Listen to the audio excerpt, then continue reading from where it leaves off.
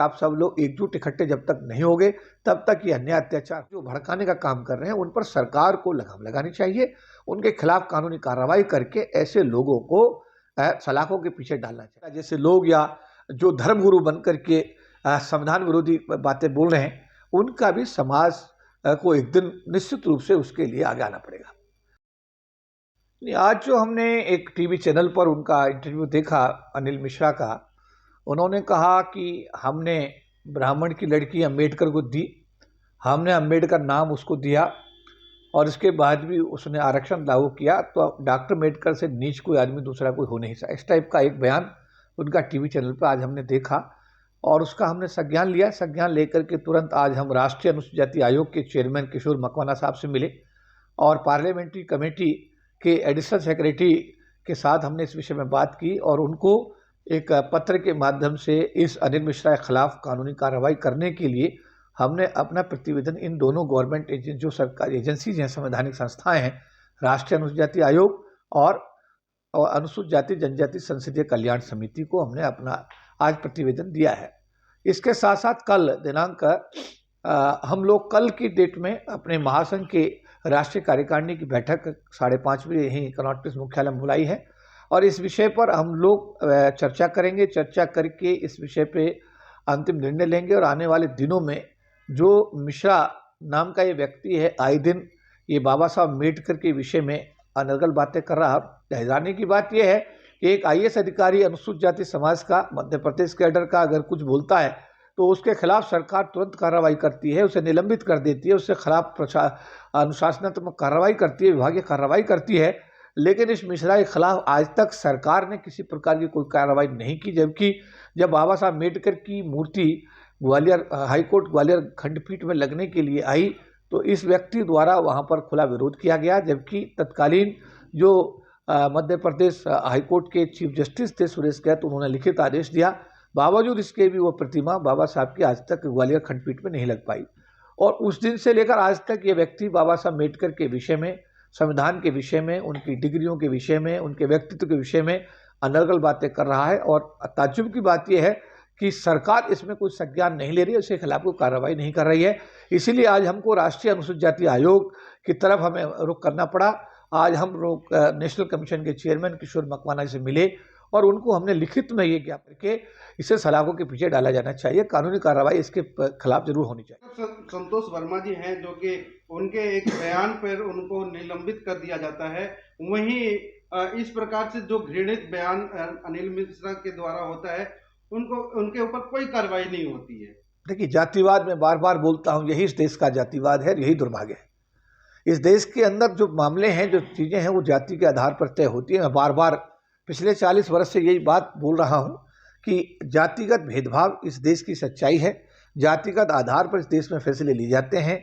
मिश्रा क्योंकि एक जाति विशेष से आते हैं, इसलिए उनके खिलाफ कोई कार्रवाई। आपको याद होगा एक लड़की के साथ रेप हुआ था, वो लड़की जनरल कैटेगरी की थी, तो पूरा देश आपने देखा दिल्ली की सड़कों पर पूरा, मतलब ये सब वो पूरी देश और सरकार उस लड़की के साथ थी और उसके इलाज के लिए उसे विदेश तक भेजा गया। लेकिन हाथरस की जब हमारी वाल्मीकि समाज की बेटी के साथ में जब ये कांड हुआ तो उसको जबरन पुलिस प्रशासन द्वारा हाथरस में तेल डालकर, मिट्टी का तेल डाल करके उसमें उसके घर वालों की मर्जी के खिलाफ उसका अंतिम संस्कार कर दिया गया। तो बेटी तो वाल्मीकि समाज की भारत की थी और जो सामान्य जाति निर्भया जो थी वो भी भारत की बेटी थी, लेकिन क्योंकि निर्भया सामान्य जाति की थी तो उसके साथ पूरा देश खड़ा हो गया और जो बेटी हाथरस वाली थी उसके साथ में देश खड़ा नहीं हुआ। तो ये जो जातिगत आधार, क्योंकि वो लड़की वाल्मीकि थी, तो मेरा ये कहना है अपने समाज के लोगों से, अरे तुम तो समझो, अरे तुम तो मत बटो, तुम्हारे साथ तो अत्याचार अन्याय बिल्कुल एक ही तरीके से होता है, करने वाले भी एक ही लोग हैं। भारत के सामान्य जाति के सो कॉल्ड जो जनरल कैटेगरी, वही आपके साथ अत्याचार अन्याय करते हैं।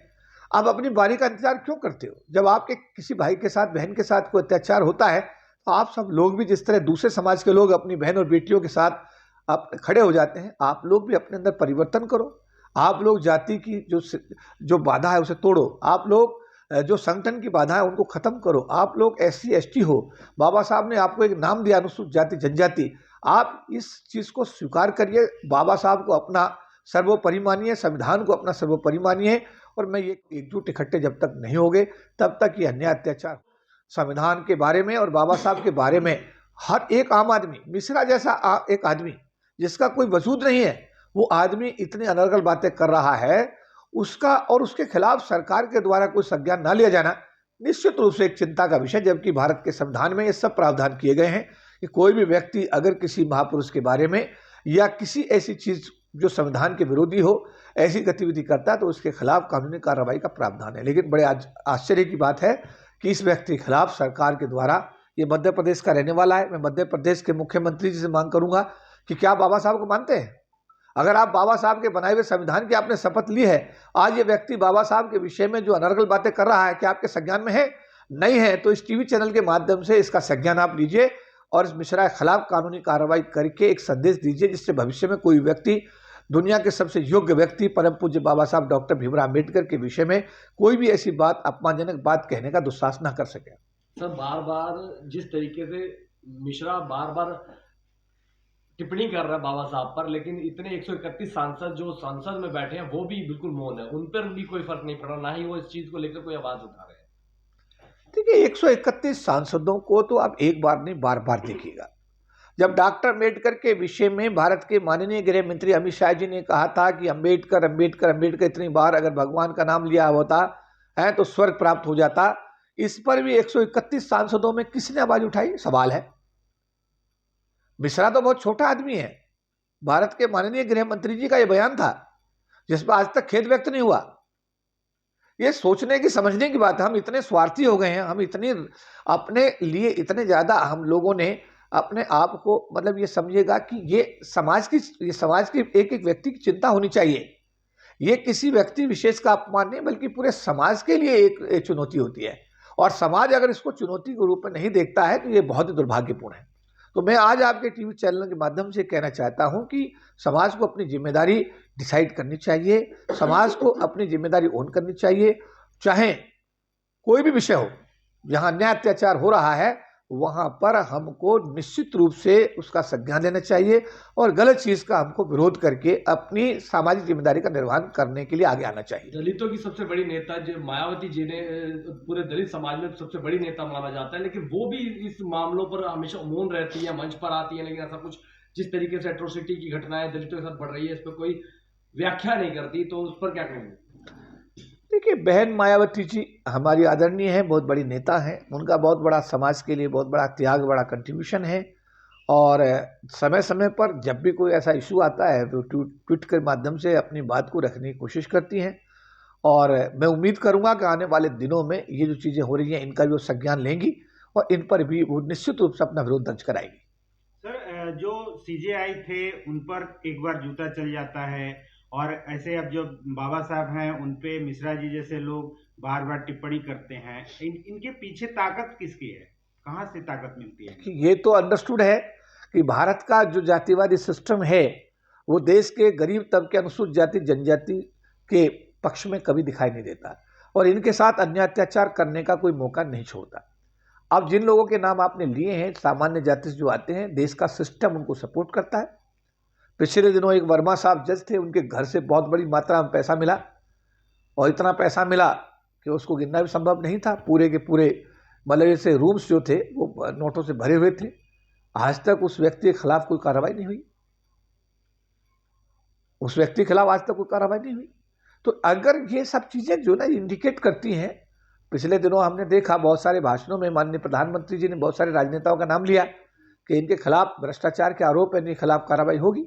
लेकिन बाद में पता लगा कि वो लोग जो है वापस जो है बीजेपी के साथ कोलैबोरेशन में आ गए और आज बड़े बड़े पदों पर हैं। तो ये जो बात आप कह रहे हैं, कल अभी आपने देखा कि एक दिल्ली की अदालत ने नेशनल हेड वाले मामले में कहा कि ये मामला सोनिया गांधी राहुल गांधी बनता ही नहीं है। तो ये बहुत सारी चीज़ें हैं जो हम कह सकते हैं कि जातिवाद से प्रेरित हैं, राजनीति से प्रेरित हैं और निश्चित रूप से ये भारत के संविधान का सीधा सीधा उल्लंघन का मामला बनता है और जो नहीं होना चाहिए। राष्ट्र हित में जब संविधान की शपथ लेते हैं तो सबको संविधान का आदर करना चाहिए और संविधान में जो प्रावधान किए गए हैं उनको लागू करते हुए अपनी सामाजिक और अपने साथ साथ अपनी जो है जो पद पर जिस पर बैठा है उस पद की गरिमा को, उसकी जिम्मेदारी को हमें हर कीमत पर उसको मेंटेन करना चाहिए, उसी के अनुसार हमको आचरण करना चाहिए। अंबेडकर साहब की मूर्ति लगाने से ये लड़ाई शुरू हुई है, मूर्ति लगाने से रोकने से, और ये बार बार अब टिप्पणी तक पहुंच चुकी है। उस आदमी का ये कहना है कि हम आरक्षण खत्म करके ही दम लेंगे। तो क्या वो अपने मिशन की तरफ बढ़ रहा है और हम कुछ नहीं कर पा रहे हैं? देखिए, मैं दो चीजें, एक पक्ष है जो आरक्षण को समाप्त करना चाहता है, एक पक्ष है जो आरक्षण का लाभार्थी। तो मैं लाभार्थी जो लोग हैं उनसे कहना चाहता हूं कि आरक्षण को बचाना, देना तो बाबा साहब अम्बेडकर की जिम्मेदारी था, लेकिन बचाना तो उन लाभार्थियों की जिम्मेदारी है जो उसे जो लाभ ले रहे हैं। अगर वही जो आज के डेट के अंदर, आज से नहीं, बड़े लंबे समय से इस विषय में षड्यंत्र होते रहे, और षड्यंत्र जब होते हैं तो मैंने कहा, जैसे सुप्रीम कोर्ट ने 1997 में SC/ST के आरक्षण को समाप्त करने के लिए 5 आदेश जारी किए, लड़ाई हुई और लाखों लोगों की रैलियां हमने दिल्ली में की, सरकार भी बैकफुट पर आई, 3 दिन तक लोकसभा बंद रही, और उसके बाद में संविधान में संशोधन करके SC/ST के आरक्षण को बचाने के लिए हम लोग निश्चित रूप से कामयाब हुए। SC/ST एट्रोसिटी एक्ट पर सुप्रीम कोर्ट ने वार किया, समाज 2 अप्रैल 2018 को अपना उसने प्रोटेस्ट दर्ज कराया, और उसके बाद सरकार ने फिर SC/ST एट्रोसिटी एक्ट को इन्फोर्स करने का काम किया। इसके लिए किसी सांसद की बात नहीं कर रहा मैं, समाज को आगे आना पड़ेगा, समाज को आगे आना पड़ेगा, समाज को आगे आना पड़ेगा। और एक और मैं अपील करता हूं, ना कोई जाटव है, ना कोई चमार है, ना कोई वाल्मीकि है, ना कोई खट्टिक है, सारा समाज बाबा साहब का दिया हुआ नाम है अनुसूचित जाति और जनजाति। मेरा निवेदन है कि आने वाले समय में जो चुनौती आ रही है उनको समझना होगा, और हम सबको भाई और बहन बन करके आने वाले दिनों में जो स्थिति पैदा हो रही है उसको मिलजुल करके ही उसका सामना करना पड़ेगा। अन्यथा मिश्रा जैसे लोग, बहुत सारे धर्म गुरु हैं, वो आज बहुत बड़ा काम कर रहे हैं, उनके बयान देखो, संविधान विरोधी हैं। बहुत सारे सो कॉल्ड जो सवर्ण अपने आप को बोलते हैं, उनके बयान हैं जो संविधान विरोधी हैं। लेकिन ऐसे संविधान विरोधी लोगों के खिलाफ कोई कार्रवाई ना होना एक चिंता का विषय है, और ये हमारे समाज के लिए सोचने समझने का समय है। तो मैं आज इस टीवी चैनल के माध्यम से यही निवेदन करूंगा कि हम भारत राष्ट्र के प्रति समर्पित हैं। भारत राष्ट्र का विकास करना हर अनुसूचित जाति जनजाति समाज के हर व्यक्ति की, भाई बहन की जिम्मेदारी है। भारत के अंदर अमन, चैन, सुख समृद्धि और शांति हो, ये हम सबकी, हमारे पूरे समाज की हमेशा कोशिश रहती है। लेकिन हमारे साथ अन्याय भी ना हो, इस बात के लिए भी हमको सजग होना पड़ेगा। जब जब ऐसा जैसे लोग या जो धर्मगुरु बनकर के संविधान विरोधी बातें बोल रहे हैं, उनका भी समाज को एक दिन निश्चित रूप से उसके लिए आगे आना पड़ेगा। ये निवेदन रहेगा, और ये किसी एक व्यक्ति के जिम्मेदारी में भी नहीं आता, ये किसी व्यक्ति विशेष की बूते की बात भी नहीं है। इसके लिए 2 अप्रैल 2018 समाज के लोग बाहर आए, समाज के लोगों ने जिम्मेदारी ओन की, तो एक मैसेज सरकार में गया कि समाज अपने अधिकारों के लिए सजग है। आज संविधान बदलने की बार बार कोई भी, बहुत सारे लोग हैं अपने अपने तरीके से संविधान के विरोध में बयान देते हैं। संविधान बदलने की बात नहीं, बल्कि संविधान के विरोध में बयान देते हैं। बाबा साहब अम्बेडकर का अपमान करने का कोई मौका नहीं छोड़ रहे। ऐसे तत्वों के खिलाफ सरकार को भी अपनी जिम्मेदारी लेनी चाहिए, और समाज को भी अपनी जिम्मेदारी समझते हुए ऐसे तत्व जब ऐसी हरकत करते हैं तो उनके लिए हम सबको एकजुट होकर आगे आना चाहिए। बार बार उनकी गिरफ्तारी तो हो रही है, लेकिन छूट जा रहे हैं, फिर बाहर आ जा रहे हैं। तो जो समाज के जो वकील हैं, वो क्या इसमें आगे आके उनके खिलाफ लीगल एक्शन लेंगे? देखिए, इसमें मैं ये कहूँगा, कौन आदमी क्या एक्शन लेगा ये तो उसके विवेक पर निर्भर करता है। बट मैं जो बात कर रहा हूँ, एक सामान्य बात कर रहा हूँ।